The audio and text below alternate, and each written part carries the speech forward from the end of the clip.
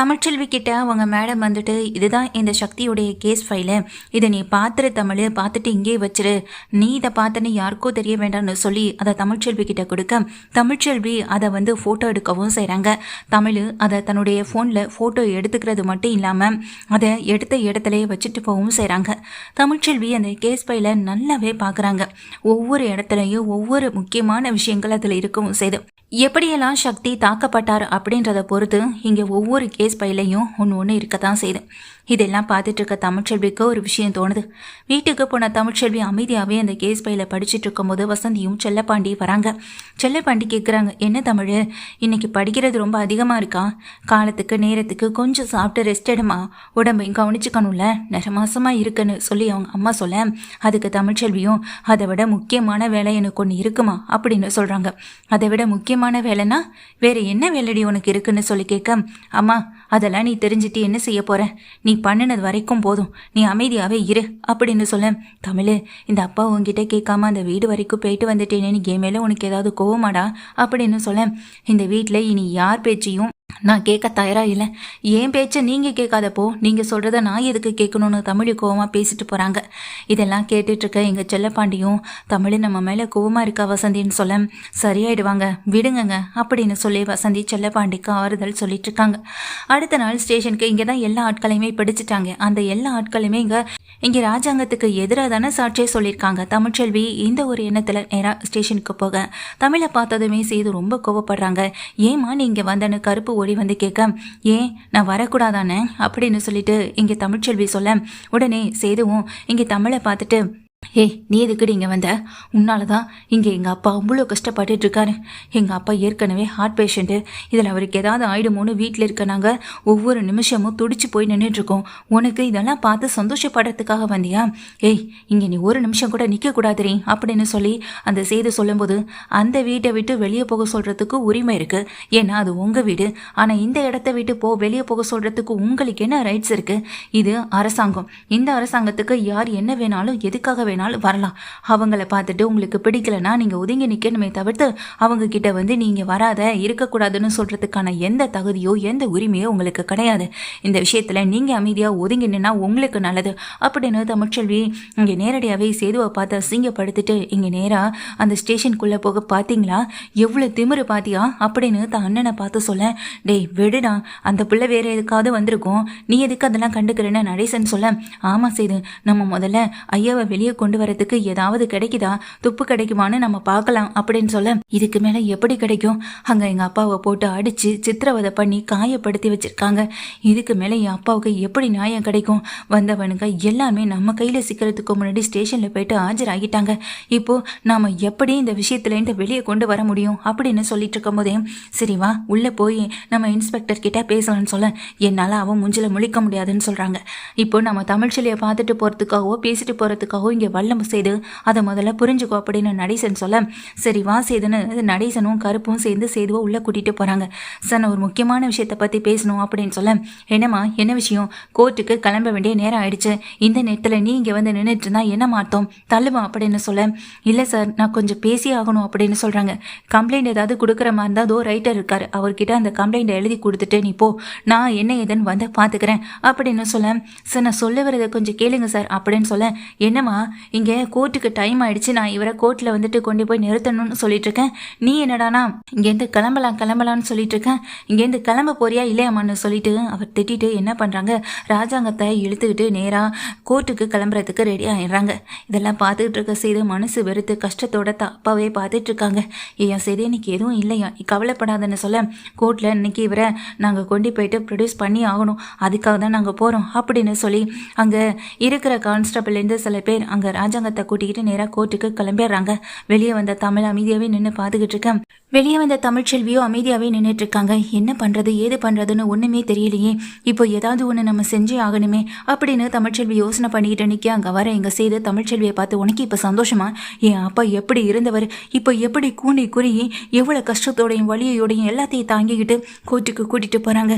இங்கே பாரு, என் அப்பாவுக்கு மட்டும் ஏதாவது ஒன்று ஆச்சு அப்புறம் நான் நேசித்த பொண்ணுன்னு கூட உன்னை பார்க்க மாட்டேன் அப்படின்னு சொல்லி கோவமாக திட்டிட்டு சேது அங்கேருந்து கிளம்பிடுறாங்க.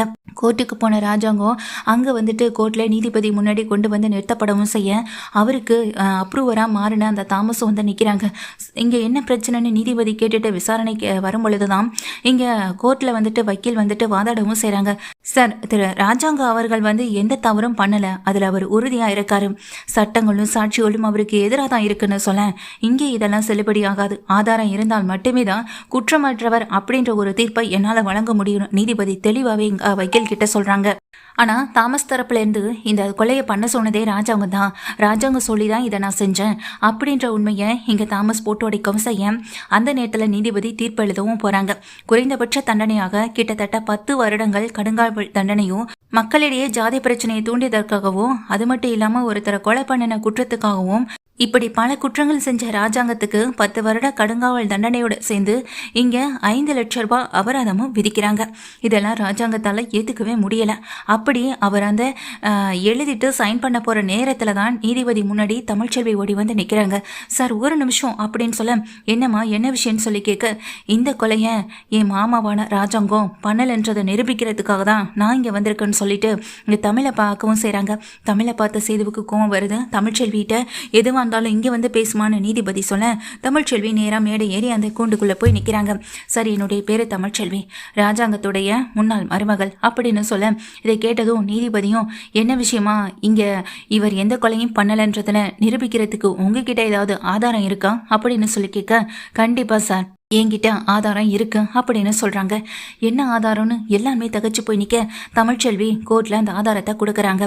அதாவது அந்த மொட்டை போலீஸ் அங்கிருந்து ராஜாங்கத்தை கூட்டிகிட்டு கோர்ட்டுக்கு கிளம்பினதுக்கு பிறகு தமிழ்ச்செல்வியுடைய சொந்தக்காரரான அந்த போலீஸும் அந்த ஸ்டேஷனில் தான் வேலை பார்த்துட்டு இருக்கவும் செய்கிறாங்க. தமிழ்ச்செல்வி அவர்கிட்ட இங்கேருந்து கிளம்பின ராஜாங்கத்தை மட்டும்தான் கூட்டிகிட்டு போயிருக்காங்க. அடுத்ததாக கோர்ட்டில் இங்கே ஆஜரான இந்த 5 பேரையும் நாங்கள் கோர்ட்டில் ப்ரொடியூஸ் பண்ணியாகணும். அதுக்காக தாம்மா கிளம்பிக்கிட்டு இருக்கோம். மோசமான ஆளுமா இந்த போலீஸ். யார் என்ன சொன்ன வந்தாலும் காது கொடுத்து கேட்க மாட்டாரு. நீ கொஞ்சம் அமைதியாக இருமா. ராஜாங்க ஐயாவுக்கு இந்த மாதிரி ஆகியிருக்கக்கூடாதான். எனக்கு அது ரொம்ப வருத்தமாக தான் இருக்குது. ஆனால் ஆதாரம் இல்லாமல் அவரை எப்படிமா வெளியே விடுவாங்கன்னு சொல்ல, உங்களால் முயற்சி பண்ணால் ஆதாரத்தை இப்போவே ரெடி பண்ண முடியும் அப்படின்னு சொல்கிறாங்க. என்னம்மா சொல்கிறேன்னு சொல்லி கேட்குறப்ப தான் தமிழ்ச்செல்வி விஷயத்த சொல்கிறாங்க. இந்த 5 பேர்கிட்டையும் நம்ம கோர்ட்டுக்கு போக ஒரு எப்படியும் 10 நிமிஷம் லேட் ஆனாலும் பரவாயில்ல, அதுக்குள்ள இவனுங்க என்ன பண்ணானுங்கன்றதை நீங்க விசாரிக்கணும் அப்படின்னு சொல்றாங்க. சரின்னு சொல்லிட்டு இங்க தமிழ்ச்செல்வி தன்னுடைய போன்ல வீடியோ எடுக்க தமிழ்ச்செல்விக்கு உதவி பண்றாங்க அவங்களுடைய சொந்தக்காரரான அந்த போலீஸும். அவங்க தான் இங்க ஜெயிலுக்குள்ள வச்சு, சொல்லுங்கடா உண்மையை சொல்லுங்க, அந்த சக்தியை எப்படி கொலை பண்ணீங்க அப்படின்னு இங்க கேட்கவும் செய்றாங்க. இப்ப நீங்களே உண்மையை ஒத்துக்கிட்டீங்கன்னா கோர்ட்ல உங்களுக்கான தண்டனை கொஞ்சமாவது குறைக்கப்படும். கோர்ட்ல வந்து இதை நீங்க தான் பண்ணினீங்கன்னு சரி, ஆனா சக்தியை எப்படி கொலை பண்ணீங்கன்னு நீங்கள் ஒத்துக்கிற வரைக்கும் உங்களை கோர்ட்லையும் விட மாட்டாங்க. தண்டனை குறைக்கப்படணும்னா நீங்கள் என்கிட்ட உண்மையை சொல்கிறதுல தான் இருக்குது அப்படின்னு சொல்லிடுறாங்க. தமிழ்ச்செல்விக்கு வேண்டப்பட்ட ஆளும் அந்த ஸ்டேஷனில் இருந்து அந்த வீடியோவை எடுக்கவும் செய்கிறாங்க.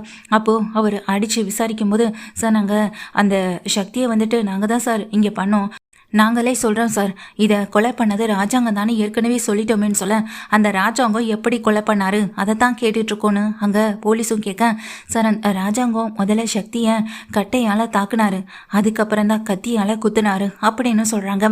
அவர் மயக்கமானதுக்கு பிறகு தான் இங்கே கத்தியால் குத்தவும் செஞ்சுருக்காரு அப்படின்னு சொல்லிட்டு 5 பேரும் ஒரே மாதிரியான விஷயத்த சொல்ல, இதை கேட்டுட்டு இதை வீடியோவும் எடுத்துக்கிறாங்க தமிழ்ச்செல்வி. அதை தான் இங்கே கோர்ட்டில் கொண்டு வந்து கொடுக்குறாங்க. இதில் என்னமா ஆதாரம் இருக்கு? அவங்க ராஜாங்கத்துக்காக அவங்க மேலே தானே பழியை போட்டு இங்கே சொல்லவும் செஞ்சுருக்காங்க. சக்தியை கொலை பண்ணது இங்கே ராஜாங்க தானே, அவங்க வாயிலேருந்து உண்மை வெளிவந்திருக்கேம்மா. இதுக்கு மேலே வேற என்னமா ஆதாரம் வேணும்? இவரை காப்பாற்றணும்னு சொல்லிட்டு அவருக்கு எதிராகவே ஆதாரத்தை கொண்டு வந்து நிறுத்துறேன் அப்படின்னு நீதிபதி கேட்க, இதெல்லாம் கேட்டுட்டு இருக்க சேதுவுக்கு ரொம்ப கோவம் வருது. தான் அப்பாவை இப்படியே எல்லா இடத்துலையும் அசிங்கப்படுத்திட்டே இருக்காமாமா, இவளை சும்மா விடக்கூடாதுன்னு சொல்ல, ஐயோ கொஞ்சம் அமைதி அறியா, இது கோர்ட்டு, தமிழ்ச்செல்வி என்ன சொல்ல வருதுன்னு முதல்ல நம்ம கேட்கலாம் அப்படின்னு கருப்பு சொல்ல இங்கே சேது அமைதியாக நிற்கிறாங்க. சார், நீங்கள் சொன்னது எல்லாமே உண்மைதான். இங்கே என் மாமனாருக்கு எதிராக தான் அவங்க வாக்குமூலமும் கொடுத்துருக்காங்க. கொடுத்த வாக்குமூலம் தான் உண்மையாக பொய்யானு நம்ம விசாரிக்கணும். அதே போல் என்னுடைய ஃபோனில் இங்கே சக்தியுடைய கேஸ் பையில் நான் எடுத்ததுக்கான வீடியோ, அதாவது அந்த ஃபோட்டோவும் இருக்குது, அதை நீங்கள் பாருங்கன்னு சொல்லி கொடுக்குறாங்க. அதில் சக்தி எப்படி தாக்கப்பட்டார், எப்படி இறந்தாரு, எத்தனை மணி நேரம் அவருடைய உயிர் அவர் உடம்புல இருந்தது, தாக்கப்பட்ட பிறகும் கூட இப்படி ஏகப்பட்ட டீட்டெயில்ஸ் அந்த கேஸ் ஃபைல இருக்கு. நானும் ஒரு டாக்டர் தான் சார், டாக்டருக்கு இப்போ படிச்சுட்டு இருக்கேன். இந்த கேஸ் ஃபைல நான் தான் பார்த்தேன், இதை நீங்களே பாருங்க சார் சொல்லிட்டு கொடுக்கவும் செய்கிறாங்க தமிழ்ச்செல்வி. அதை தான் அவர் வாங்கி படிக்கவும் செய்கிறார். அப்படி அந்த கேஸ் ஃபைல சம்மந்தப்பட்ட எதுவுமே இங்கே ரவுடி பசங்களா இங்கே வாக்குமூலம் கூட 5 பேரோலையும் உண்மையே கிடையாது. இங்கே ராஜாங்கம் தான் கொலை பண்ணதான் அவனுங்க எல்லாமே சொல்கிறாங்க. ஆனால் அது சுத்த பொய் அப்படின்றத நீதிபதியை இங்கே கண்கூடா வந்துட்டு தெரிஞ்சுக்கவும் செய்கிறாங்க. ஏன்னா அந்த கேஸ் ஃபைல இந்த ரவுடி பசங்க சொன்ன எந்த ஒரு வார்த்தைகளுமே அதில் இன்க்ளூட் ஆகவே கிடையாது. அதில் டோட்டலாக வேறு மாதிரி இருக்குது. தலையில் கட்டையால் தாக்குனதுக்கு பிறகு தான் கத்தியால் எங்கள் ராஜவங்க கொலை பண்ணதாகவும் சொல்கிறாங்க. ஆனால் தலைப்பகுதியில் அவங்க கட்டையால் தாக்குனதுக்கான எந்த ஆதாரமும் இல்லை. கத்தியால் குத்துனது கூட எந்த பகுதி எந்த இடம்னு கரெக்டாகவே இங்கே ரெக்கார்ட் ஆகிருக்கு. அதை தான் அவங்க அதை வந்துட்டு படித்து பார்த்துட்டு இங்கே அந்த ரவுடி பசங்களையும் பார்க்குறாங்க. ஆமாம், இந்த கேஸை விசாரித்தது யாருன்னு சொல்லிட்டு இங்கே கேட்கும்போது அந்த மொட்டை போலீஸ் வந்து நிற்கவும் செய்கிறாங்க. இந்த கேஸை இங்கே தான் விசாரிச்சிங்களா, சரியான விசாரணையில் தான் இதை கொண்டு போகிறீங்களான்னு சொல்லிட்டு கேட்க, சார் இதை நாங்கள் சரியான விசாரணைக்கு தான் சார் கொண்டு போயிட்டுருக்கோன்னு சொல்லிட்டு சொல்லவும் செய்கிறாங்க. உங்களுக்கு இது ஈவினிங்குள்ளே தான் டைமும் கொடுக்கப்படுது, அதுக்குள்ளே இவனுங்க கிட்டேருந்து உண்மை வாங்கணும். எப்படி வாங்கினாலும் பரவாயில்ல, இவனுங்க உண்மை ஒத்துக்கிற வரைக்கும் நீங்கள் இவனுங்களை டார்ச்சர் பண்ணிகிட்டே தான் இருக்கணும்னு நீதிபதி சொல்லிடுறாங்க. வெளியே வந்ததுக்கு பிறகு இங்கே தமிழ்ச்செல்வியை பார்த்து அந்த மொட்டை போலீஸ் மறைக்க, நீங்கள் யாருக்கு எதுக்காக சப்போர்ட் பண்ணுறீங்கன்னு எனக்கு தெரியாது, ஆனால் இந்த இடத்துல நீங்கள் எந்த சப்போர்ட்டையும் நீங்கள் பண்ணினீங்கன்னா இருக்கிற இந்த காக்கி சட்டை நீங்கள் இனி போட முடியாமலே போயிடும் அப்படின்னு தமிழ்ச்செல்வி சொல்லிட்டு வந்து வெயிட் பண்ணிட்டு இருக்கேன்.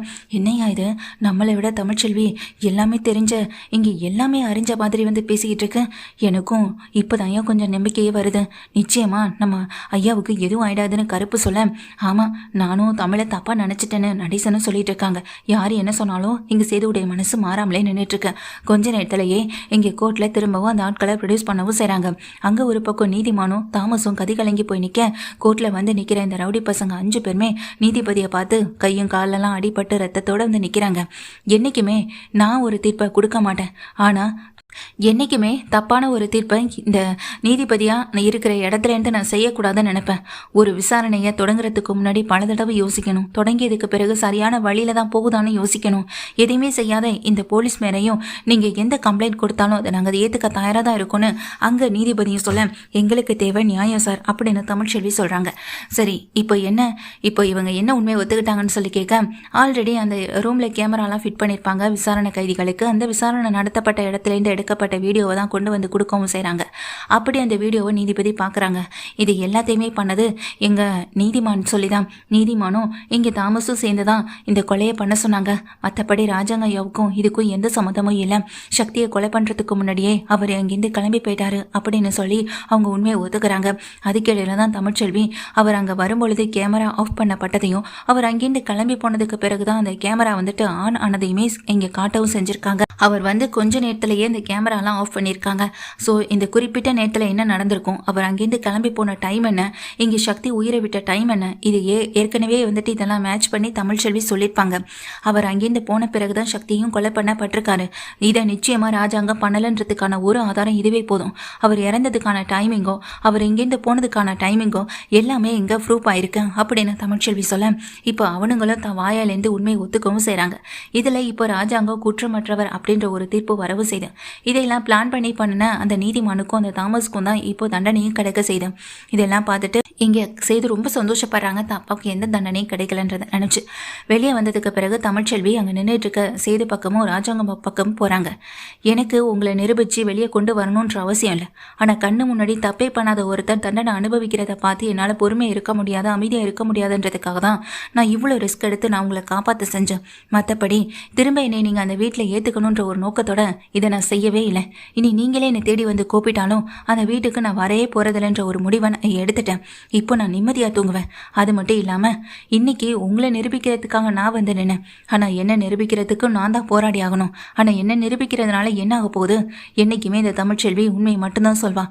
அன்னைக்கு அந்த ஃபோனை நான் பண்ணலை, அது மட்டும்தான் உண்மை. இதை தவிர்த்து வேற எப்படியும் உங்களுக்கு நிரூபிக்கணுன்ற அவசியம் எனக்கு கிடையாது. இனி நீங்கள் சந்தோஷமாக இருங்க. இந்த தமிழ்ச்செல்வி இல்லாத வாழ்க்கையில் நீங்கள் சந்தோஷமாக இருப்பீங்கன்னா அதுவே எனக்கு போதும். நானும் என் குழந்தையும் இனி அந்த வீட்டு வாசல்ல அடி எடுத்து வைக்கவே மாட்டோம் அப்படின்னு தமிழ்ச்செல்வி வீராப்பா பேசிட்டு அந்த இடத்த விட்டு போக சேதுவும் அங்க நிக்கிற ராஜாங்கமும் நில குழஞ்சு நின்றுட்டு இருக்காங்க. கருப்போ நடேசனும் தமிழ் இவ்வளவு உறுதியா இந்த விஷயத்துல நிக்கிறத பார்க்கும்போது தமிழ்ச்செல்வி இந்த போனை பண்ணிருக்காதுன்னு தான் எனக்கு தோணுது மாப்பிள்ளன்னு கருப்பு சொல்ல, நடேசனும் அட எனக்கும் அப்படி தயா தோணுதுன்னு இங்க சேதுவை பார்த்து சொல்றாங்க. சேதுவும் ராஜாங்கமும் தமிழ் மேல தப்பு இருக்காதோன்ற ஒரு பார்வையோட நின்றுட்டு இருக்கேன். ஆனா தமிழ் தீர்க்கமான முடிவெடுத்து அந்த குடும்பத்தை விட்டு விலகியே இருக்கணும்ன்ற ஒரு முடிவோட அந்த இடத்தை விட்டு வேகமா போகவும் செய்றாங்க.